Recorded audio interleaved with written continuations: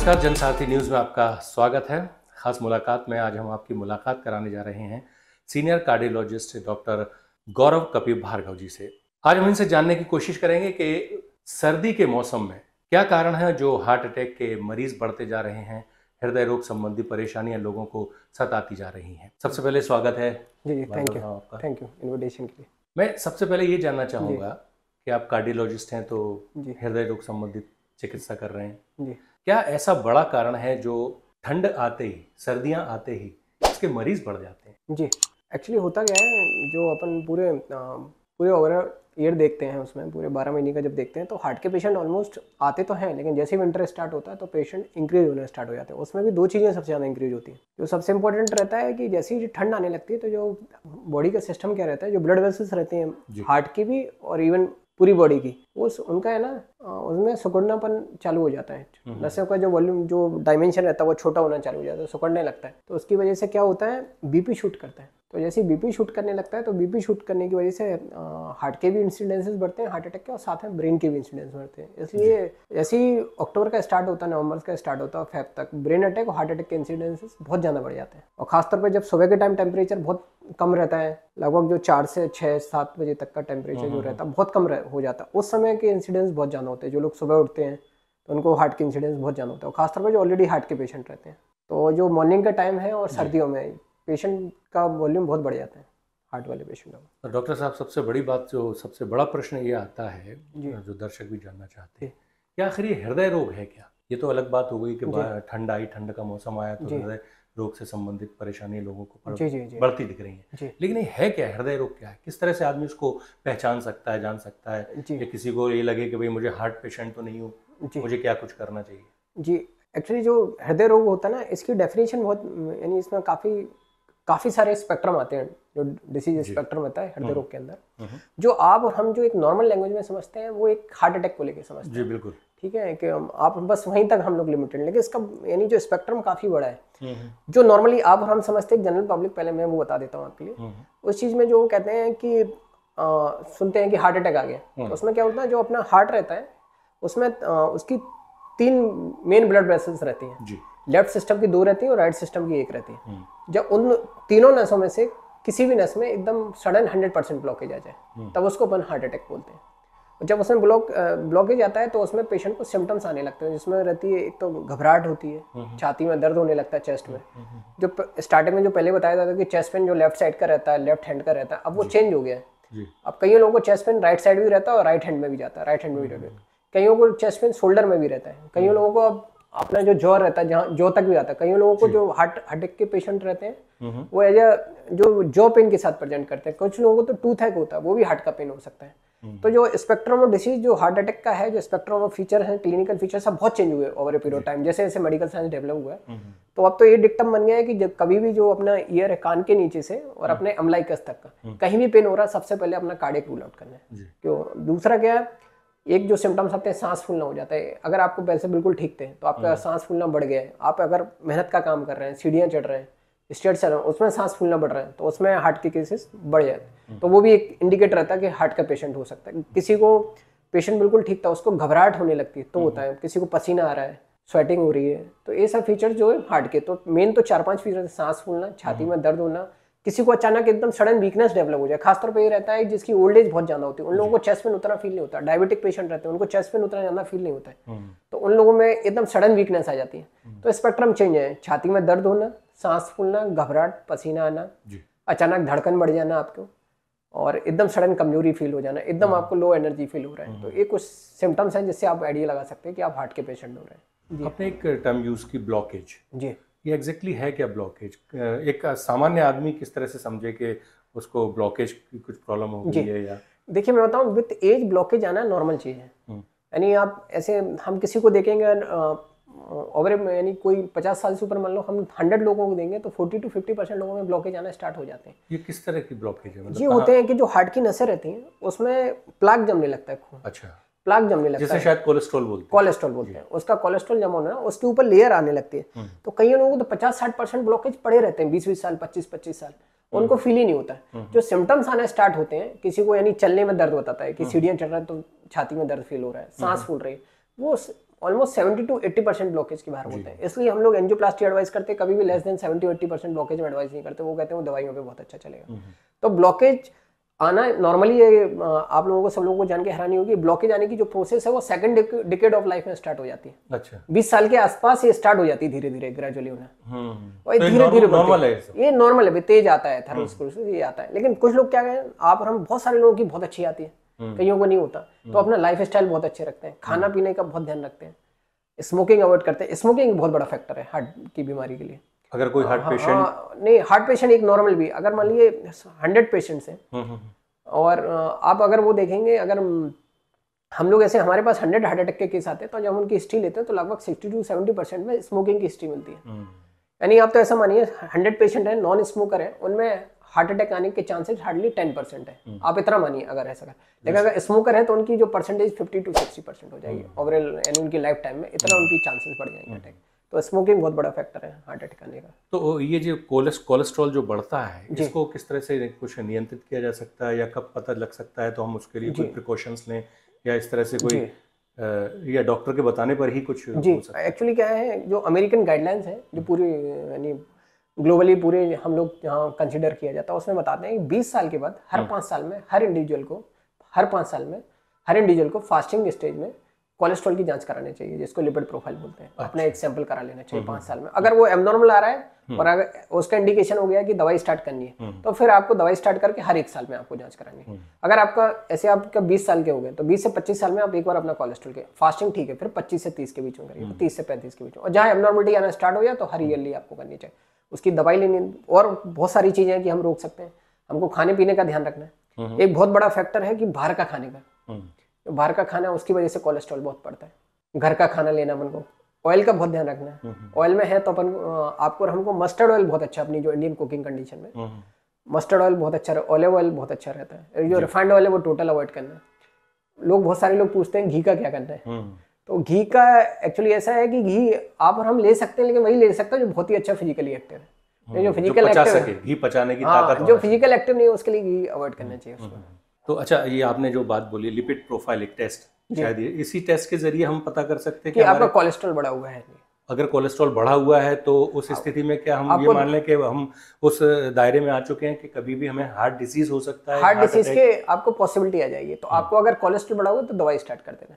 यानी बहुत सारे पेशेंट आते हैं जो यानी लोगों को अवेयरनेस ही नहीं है। यानी बहुत सारे हार्ट अटैक आते हैं, उनने ना कभी स्मोकिंग की ना कभी कुछ किया, सिर्फ बाहर का खाना खाते थे, उनको हार्ट अटैक आ गया, हमने उनकी एंजियोप्लास्टी कर दी, पेशेंट बिल्कुल ठीक है, उसकी कोलेस्ट्रॉल की जांच कराई तो कोलेस्ट्रॉल बढ़ा हुआ था और लंबे समय से। या बाहर के खाने से आपका आशय जो मीनिंग है वो शायद जंक फूड्स की बात, जंक फूड से जो बाहर का खाना कभी भी अच्छा नहीं। बाहर का खाना मंथ में 1 या 2 बार ले सकते हैं, लेकिन अगर आपका हर दूसरे तीसरे दिन बाहर का खाना है तो आपके हार्ट पेशेंट बनने के बहुत ज्यादा चांसेस। तो जैसे अगर ये जानना चाहे कोई व्यक्ति कि हार्ट डिसीज कब होती है, तो कहाँ से मान लिया जाए कि अभी हार्ट डिसीज मुझे शुरू हो चुकी है, वो कौन सी स्टेज में? नहीं, ऐसा तो कोलेस्ट्रॉल लेवल से माना जाए?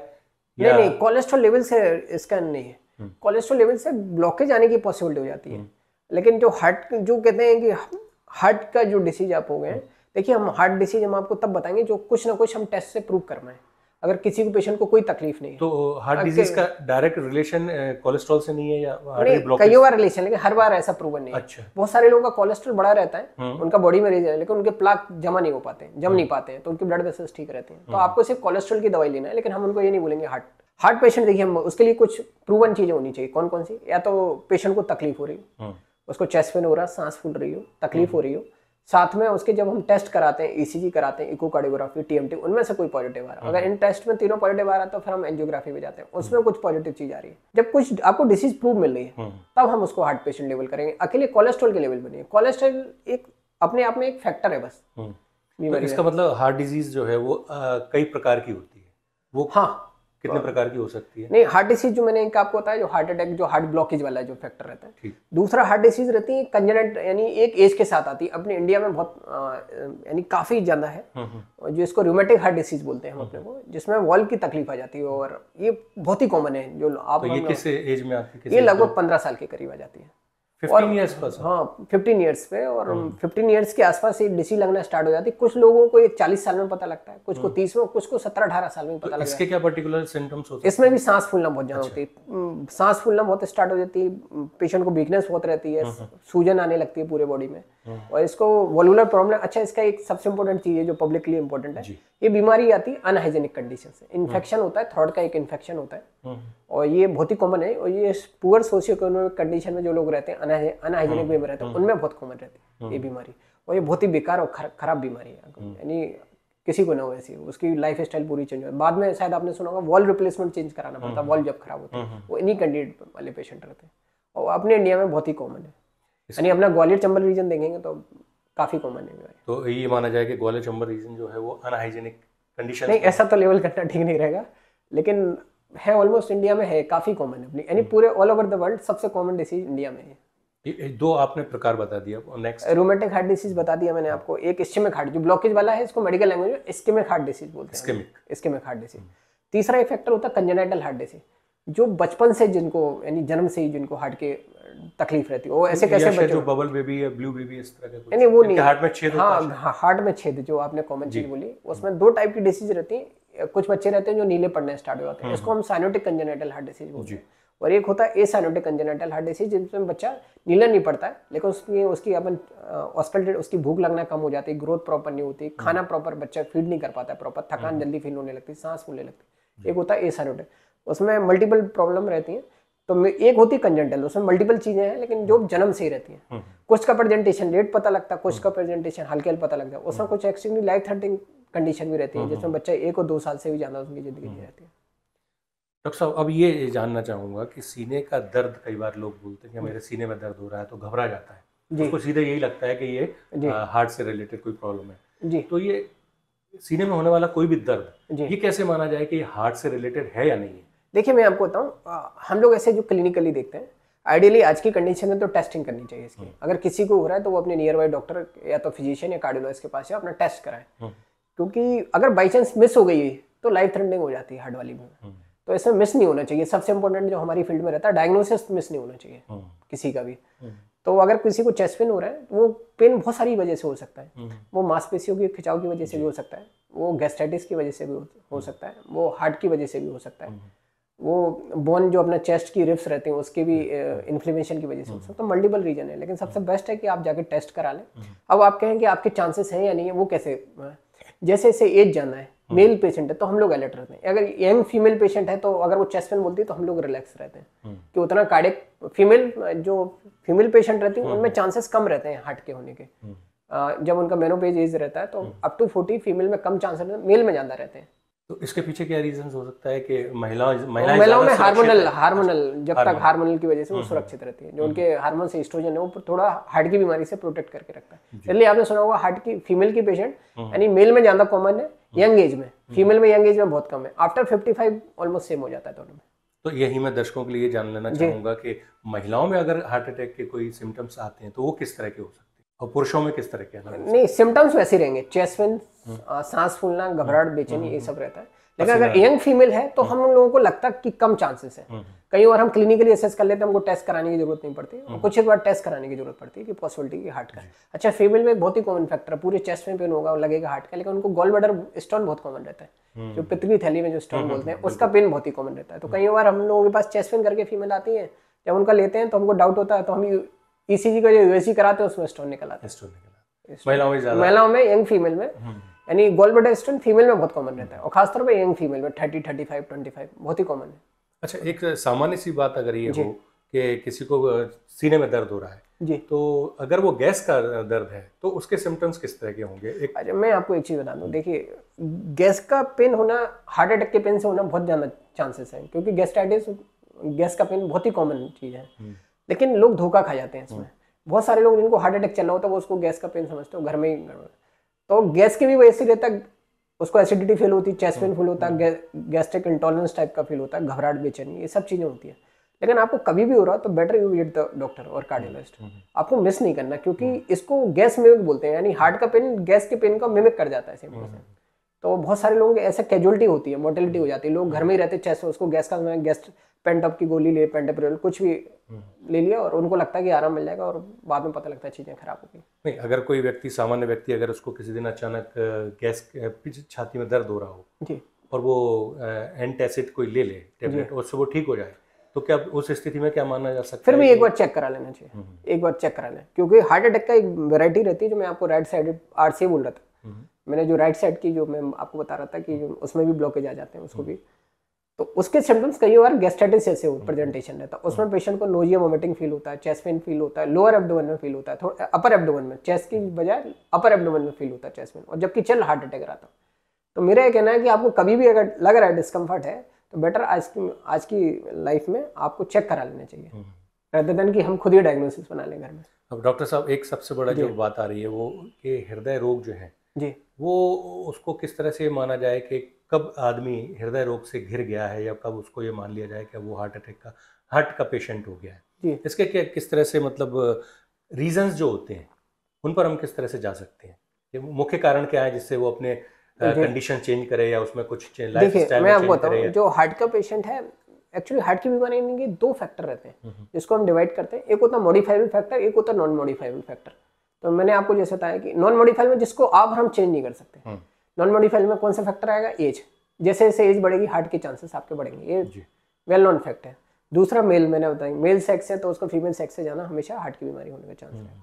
तीसरा फैमिली हिस्ट्री या जेनेटिक हिस्ट्री, उसकी अगर कोई जीन्स में प्रॉब्लम है, उसके फादर और मदर को हार्ट डिजीज जेनेटिकली भी होती है, बहुत सारे रीजन देते हैं। तो ये 4 फैक्टर ऐसे हैं जो आप और हम चेंज नहीं कर सकते, लेकिन आप और हम मेहनत किस पे करेंगे? जो आप और हम चेंज कर सकते हैं, इसको मॉडिफाइबल फैक्टर बोलते हैं जी।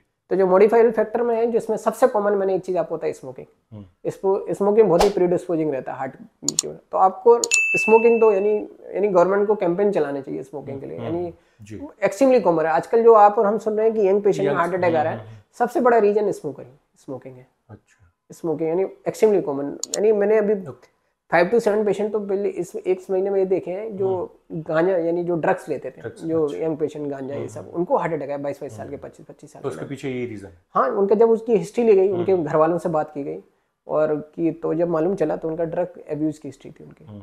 दूसरा एक जो फैक्टर है जो बहुत ही कॉमन है, डायबिटीज।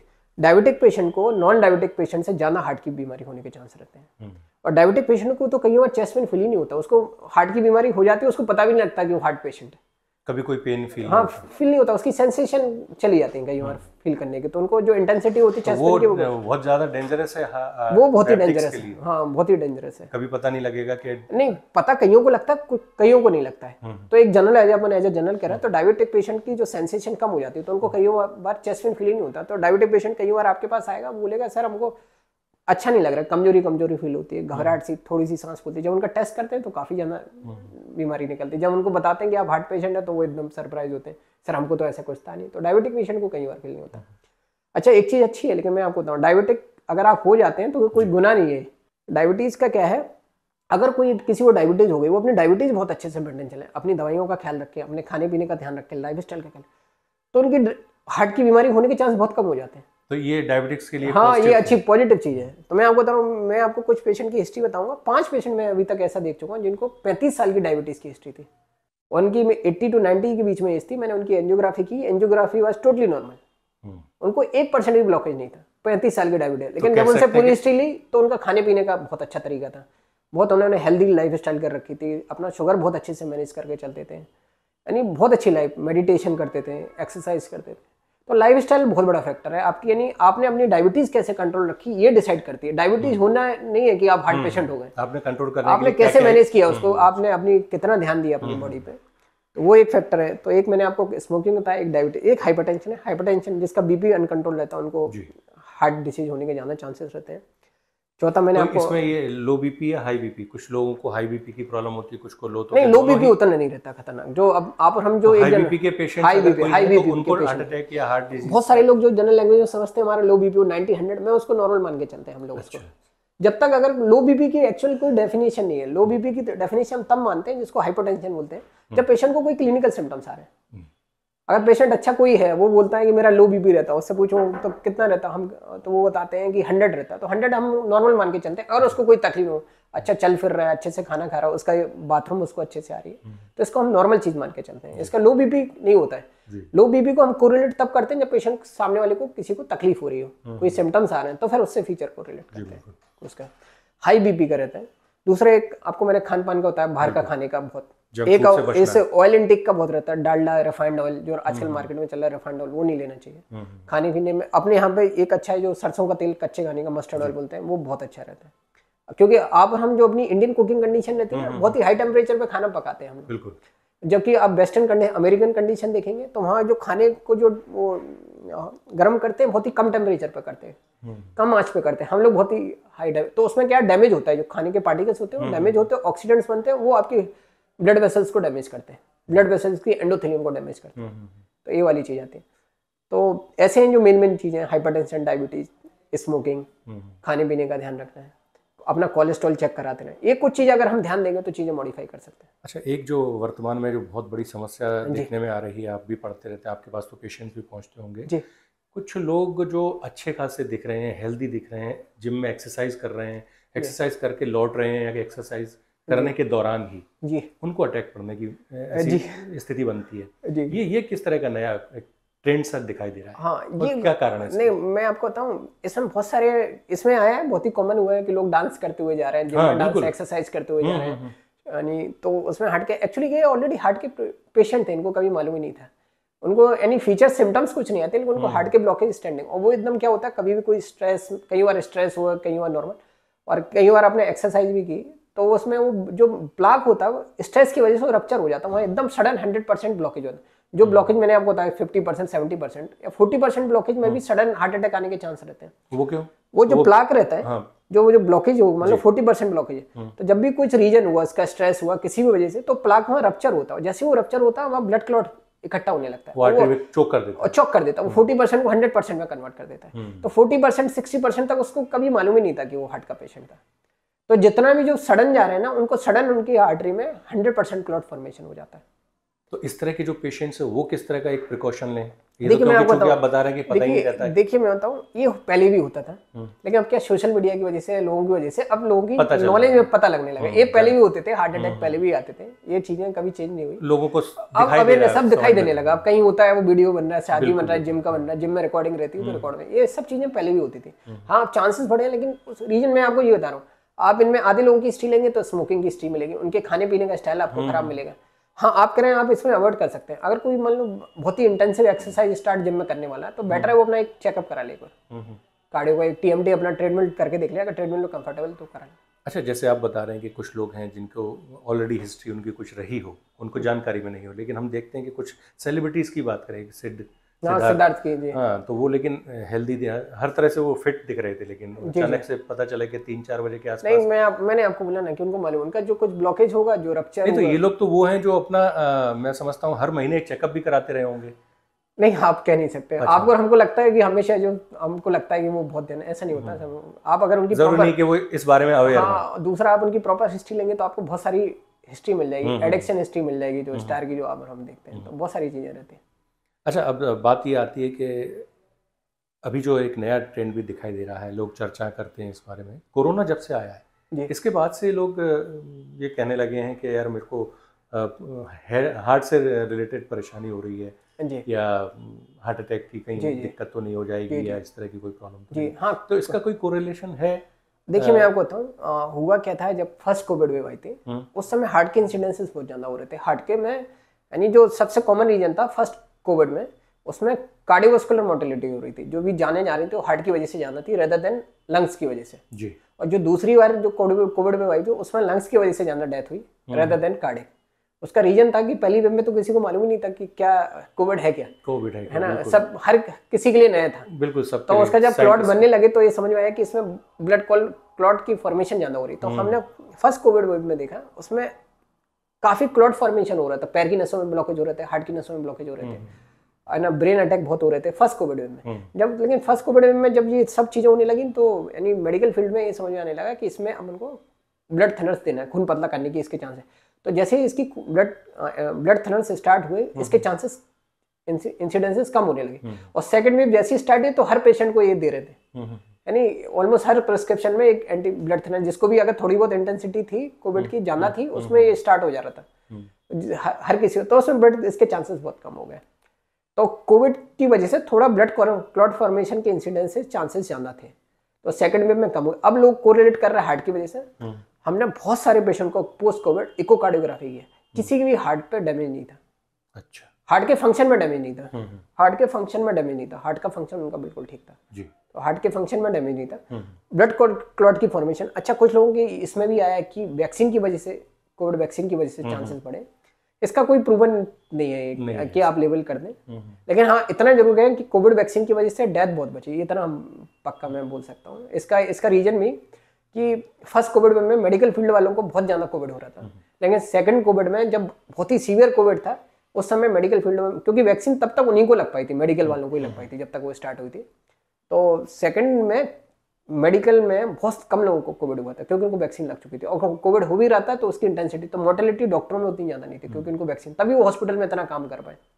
तो क्या माना जाए कि अगर किसी व्यक्ति को कोरोना के पीरियड में कोरोना हुआ हो या जिसने वैक्सीन लगवाई हो, उसके बाद वो ज़रूरी हो जाता है कि वो हार्ट चेकअप नहीं, अपना चेक करा लेने कोई बुराई नहीं है, अपना तो एक नॉर्मली। अब देखिए आज एक जो लोग बात करते हैं कि कोरोना के कारण ये बहुत ज्यादा फैल गया है कि यंग थोड़े से कोविड की वजह से हार्ट पेशेंट तो बढ़े, हाँ होत है इसमें नो डाउट। यानी बहुत सारे पेशेंट थे जिनकी एंजियोप्लास्टी स्टेंट लग चुके थे और वो आराम से 10-10 साल से अपना बढ़िया स्टेबल चल रहे थे। कोविड टाइम में उनको काफी उनके स्टेंट ब्लॉक हुए, काफी पेशेंट जो मेरे सामने भी आए उनको कोविड के स्टेंट ब्लॉक हुआ, तब ये कोविड की वजह से हो रहा था ऐसा करके। तो ब्लड क्लॉट की फॉर्मेशन कोविड की वजह से ज्यादा था, लेकिन एक होता है एक्चुअली कोविड क्या था, वायरल इन्फेक्शन था, लेकिन बहुत सारे वायरल इन्फेक्शन में हार्ट की पंपिंग कम हो जाती, इसमें पंपिंग नहीं मिली थी कम होने की देखने, सिर्फ एक ही चीज था, ब्लड क्लॉट फॉर्मेशन ज्यादा हो रहा था, उसमें डी डाइमर की वैल्यू बढ़ रही थी, जो ब्लड क्लॉट फॉर्मेशन ज्यादा होता है जो आपको इंडिकेट करता है अगर डी डाइमर की वैल्यू ज्यादा है, तो कोविड की वजह से वो चीज हो रही थी। डॉक्टर साहब, एक टर्म यूज की जाती है कोरोनरी आर्टरी डिसीज जी, ये किस व्यक्ति के साथ इसको जोड़ा जा सकता है, किस पेशेंट से इसको? एक्चुअली जो मैंने आपको बताया ischaemic heart disease, coronary artery disease एक ही चीज है जी। इसमें वो कोरोनरी आर्टरी डिसीज जो मैं आपको बता, कोरोनरी आर्टरी किसको बोलते हैं, जो हार्ट की जो 3 ब्लड वेसल्स हो उन्हीं को कोरोनरी आर्टरी बोलते हैं। डिसीज मतलब जब उनमें ब्लॉकेज आना स्टार्ट हो जाता है तो इसी को कोरोनरी आर्टरी डिसीज बोलते हैं। तो इसके कारण हार्ट अटैक, हाँ उसी से आता है हार्ट अटैक, ब्लॉकेज के कारण ही तो हार्ट अटैक आता है जी। अच्छा, और अगर किसी और तरह का कोई परेशानी हार्ट को रिलेटेड हो तो उसको फिर आप? इसको सीएडी नहीं बोलते, जैसे मैं आपको कंजेनिटल हार्ट डिसीज बताया, मैंने आपको रूमेटिक हार्ट डिसीज के बारे में, कोरोनरी आर्टरी डिसीज होनी, कोरोनरी आर्टरी डिसीज मतलब कोरोनरी आर्टरी माने हार्ट की ब्लड वेसल्स में ब्लॉकेज आ जाए, उसके कारण जो अटैक अगर जो अटैक आ रहा है कोरोनरी आर्टरी। अच्छा, अब एक बात जरूर जानना चाहेंगे आप कि कुछ दर्शक भी ये जानना चाहते हैं कि अगर कोई किसी व्यक्ति को लगता है कि हार्ट अटैक उसको हुआ है, पड़ रहा है, तो उसके साथ रहने वाले व्यक्ति किस तरह के प्रिकॉशंस ले सकते हैं, इमीडिएट क्या कुछ स्टेप उठा सकते हैं? अगर डॉक्टर के पास जाने का समय नहीं है, रात का समय है, कहीं कोई मेडिकल फैसिलिटी अवेलेबल नहीं है, तो उस कंडीशन में क्या आपकी तरफ से? देखिए 2 चीजें हैं, मैं आपको एक, अगर किसी को लग रहा है कि उसको हार्ट की तकलीफ हो रही है तो आजकल आप और हम सभी लोगों अपने घर में इकोस्प्रिन 300 मिलीग्राम, एक क्लोपिडोग्रोल टैबलेट होती है वो 300 मिलीग्राम और एटोरवास्टेटिन 80 मिलीग्राम, ये घर में रखना चाहिए। ये 3 टैबलेट तो यानी आज हर एक घर में किसी को भी लग रहा है एक टैबलेट देंगे तो थोड़े से हार्ट की यानी जो उनकी सीवियर कंडीशन उसके चांसेस कम हो जाएंगे। दूसरा एक बहुत सारे लोग करते हैं, एक टैबलेट होती है सॉर्बिटेट बोलते हैं जिसको,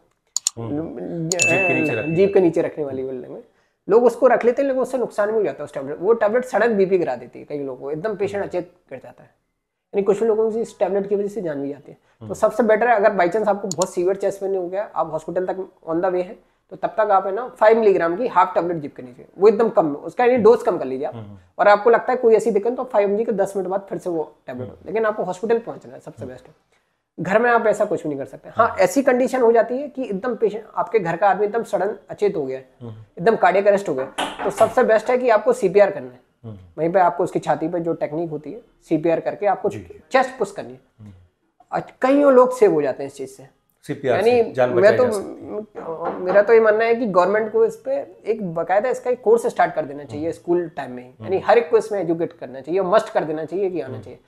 अगर बहुत सारे लोग ये सीख जाएंगे तो पता नहीं कितने लोगों की जान बच जाएगी। बिल्कुल, सीपीआर मतलब सीपीआर करना तो एक, हाँ ये मस्ट कर देना, हार्ट पेशेंट के लिए जीवन रक्षक ये मस्ट कर देना चाहिए। और खासतौर पे ये अमेरिका में है, ग्लोबली है, अभी अपने इंडिया में नहीं आया, लेकिन जो कुछ कॉमन चीजें जैसे railway station, airport, bus stand, जो कॉमन स्पॉट्स पे डिफिब्रिलेटर एक मशीन होती है, कार्डियक अरेस्ट जो शॉक देते हैं, वो मशीन भी होनी चाहिए। इंडिया में भी ये अभी उतना लोगों को उतना अवेयरनेस नहीं आई है, लेकिन फॉरेन में ये सब चीजें हैं। लेकिन मुझे ऐसा उम्मीद है कि आ जाएगी। अब डॉक्टर साहब एक आखिर में आपसे जानना चाहूँगा, जिस तरह से ठंड का मौसम है, पूरे देश में इस समय शीतलहर चल रही है जी, तो किस तरह के उपाय हमें कर लेना चाहिए जिससे कि हार्ट अटैक से तो कम से कम बचा जा सके, और जो इस तरह की समस्याएं हैं, हृदय रोग संबंधी समस्याएं हैं, उनको कहाँ तक हम कम कर सकते हैं? एक तो जो अभी जो विंटर, एक तो सबसे इम्पोर्टेंट है, अगर कोई ब्लड प्रेशर का पेशेंट है अपनी दवाई बीपी की प्रॉपर ले। लेकिन बहुत सारी जो चीज़ें हो रही हैं कि आप ऑलरेडी मेडिसिन ले रहे हैं, उसके बाद भी आपका बीपी शूट कर रहा है, क्योंकि ये पैटर्न रहता है ब्लड प्रेशर जो बीपी के पेशेंट्स में। अगर आपका बीपी ठीक भी है लेकिन जो ब्लड वेसल्स जो उनका नैरोइंग होना स्टार्ट हो जाता है, उनका बीपी और शूट करता है। तो आपको अपने नियर बाई फिजिशियन या कार्डियोलॉजिस्ट को दिखा के अपनी बीपी की मेडिसिन आप बिल्कुल यानी मॉनिटर करवा लीजिए। अगर आपका बीपी शूट उसके बाद भी हो रहा है तो आपको दवाई अपना बैलेंस करवा के दवाई को ख्याल रखें। दूसरा, इस समय आपको थोड़ा ठंड में एक्सपोजर कम रखना है, यानी बहुत ही अगर एक्सट्रीम बाहर ठंड बढ़ रही है तो सुबह का मॉर्निंग वॉक अवॉइड करें। धूप निकला है तब आप वॉक करिए। आपको जो अगर एक्सरसाइज करनी हो तो घर के अंदर करिए, इंडोर टेम्परेचर में करिए, बाहर नहीं करिए, है ना। अपने आप को गर्म कपड़ों में रखिए जितना। ये कुछ बेसिक चीज़ें अगर हम इस पर ध्यान देंगे तो विंटर में थोड़े इंसिडेंसेस कम हो जाएंगे। टॉयलेट भी आपको जाना है तो थोड़ा सा लेट जाइए एकदम से, क्योंकि हार्ट के पेशेंट जो इंसिडेंस मैक्सिमम होते हैं सुबह 4 से 6 बजे के बीच में बहुत कॉमन रहता है। एक यह एक प्रश्न मेरे दिमाग में अचानक से आया है। एक छोटे से बच्चे को, करीब 10-12 साल के बच्चे को हार्ट अटैक की बात कही गई स्कूल के दौरान जी, तो ये बच्चों में किस तरह से ये कंडीशन? देखिए मैं बताऊँ आपको, इसमें जो बच्चों का है जो हार्ट अटैक का, इसके मल्टीपल रीजन है कि उनमें कैसे है, क्योंकि इस एज में नॉर्मली आना है लेकिन अब चांसेस होने लगे हैं चीज़ें। एक जो मैंने आपको एक चीज़ बताई थी, जो कोरोनरी आर्टरी डिसीज जो मैंने आपको बताया था कि एक होता है मॉडिफाइड फैक्टर, एक होता है नॉन मॉडिफाइबल फैक्टर। तो नॉन मॉडिफाइड में जेनेटिक और फैमिली हिस्ट्री भी रहती है। कुछ लोगों को अपनी फैमिली हिस्ट्री जेनेटिक्स में उनके कुछ जीन्स में अल्टरेशन रहता है, तो कोलेस्ट्रॉल जमना बहुत पहले से स्टार्ट हो जाता है। मतलब चाइल्डहुड जो कोलेस्ट्रॉल के लिए कुछ ऐसी बीमारियां हैं जो कोलेस्ट्रॉल का सडन क्या कहते हैं, कोलेस्ट्रॉल बहुत जल्दी एज में जमने लगता है, जो जेनेटिकली से हालांकि होती बहुत रेयर है, उनमें कोलेस्ट्रॉल जमा होने लगता है। तो 10 साल के, 12 साल के, 14 साल के लोगों को भी हार्ट अटैक आता है, बच्चों को आता है। तो इसका पता कैसे चलेगा अगर बच्चों के पेरेंट्स इसमें देखिए ये बहुत ही रेयर होता है, ये 10 लाख में 2 बच्चों को हो रहा है, 5 लाख में 1 बच्चे को हो रहा है। लेकिन अगर किसी की फैमिली हिस्ट्री है, मतलब फैमिली हिस्ट्री में उसके पेरेंट्स को भी थी उसको, तो आपको यानी आपकी फैमिली हिस्ट्री मिलेगी उसमें, एकदम ऐसा नहीं होगा कि आप ही को स्टार्ट हो जाएगा। दूसरा, कुछ ऐसी डिसीज होती है जो मैंने आपको अभी मेंशन नहीं की थी, बहुत ही रेयर टाइप की अरिथमिया रहते हैं, अरिथमिया होते हैं, एबनॉर्मल हार्ट में करंट जनरेट होने लगता है।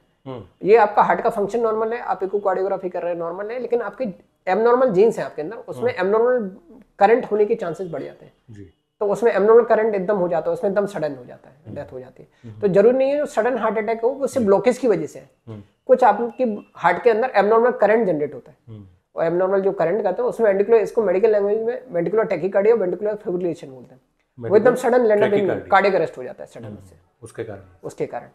तो ये बहुत ही रेयर रहती है बीमारी, 10 लाख में 15 लाख में किसी 1-2 लोगों को रहती है, लेकिन वो चीज़ होती है।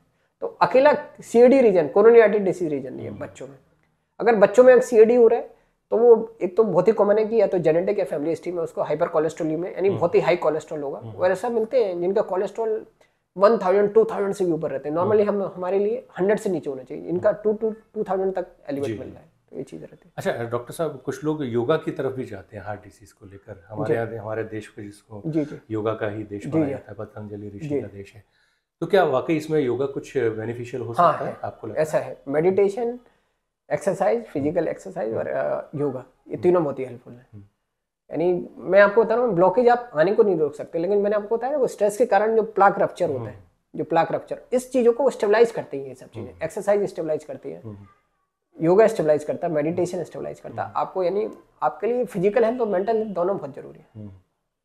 तो ये बहुत ही हेल्पफुल है, इसके प्रूवन इफेक्ट हैं कि जो अगर योगा बहुत अच्छे से करते हैं तो उनको हार्ट की बीमारी होने के चांस कम होते हैं, काफ़ी कम चांसेस होते हैं। डॉक्टर साहब बहुत बहुत शुक्रिया, आपने तमाम आपने जानकारी दी, और जिस तरह से हमारे दर्शक भी देख रहे हैं, डॉक्टर साहब ने जब बताया है कि हार्ट पेशेंट भले ही कोई भी हो, लेकिन अगर सुरक्षात्मक उपाय अपनाता है तो वो निश्चित रूप से हार्ट डिजीज से बच सकता है, और समय से पहले जो मौतें देखने को मिल रही हैं उससे भी काफ़ी हद तक बचा जा सकता है। बहुत बहुत शुक्रिया आपका, धन्यवाद हमसे बात करने के लिए, तमाम जानकारी के लिए। खास मुलाकात में फिलहाल के लिए इतना ही, नमस्कार।